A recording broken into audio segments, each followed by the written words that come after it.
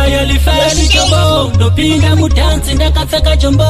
DJ Nomara kanda mabara DJ Star takadzira star ayo smart killer mango mandakakila ndini wekumaninja the band like fire lifeli chombo ayo boss tewa mazita rewa chisa mere vacharidza mere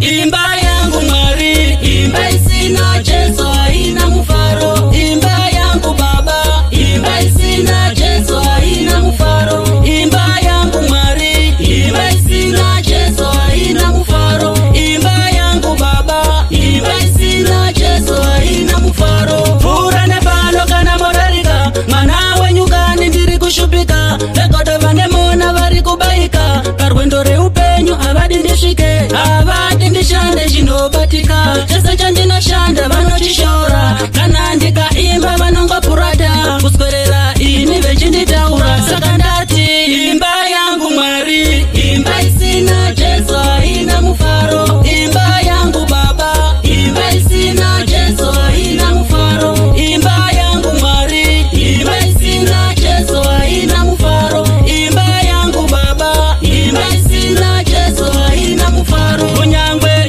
ndisingamboremekedzwa asi ndoziva Mwari anondida kunyangwe ini ndisingatariswe asi ndinoziva anonditarisa wekumusoro anondichengeta kunyangwe vane godo vakabaika chipo changu ini andina kuromba ndakapiwa zvangu ndisamatenga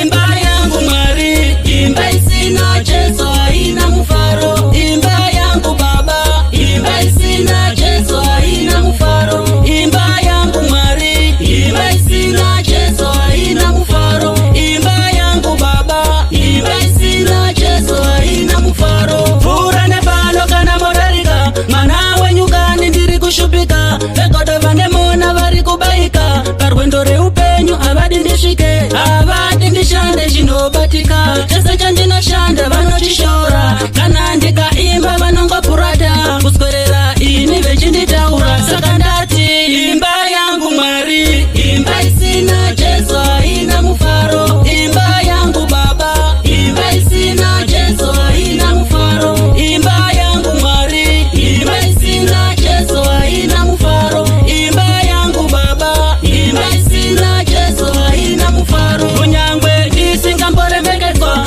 asi ndoziva Mwari anondida kunyangwe ini ndisingatariswe asi ndinoziva anonditarisa wekumusoro anondichengeta kunyangwe vane godo vakabaika chipo changu ini andina kuromba ndakapiwa zvangu ndisamatenga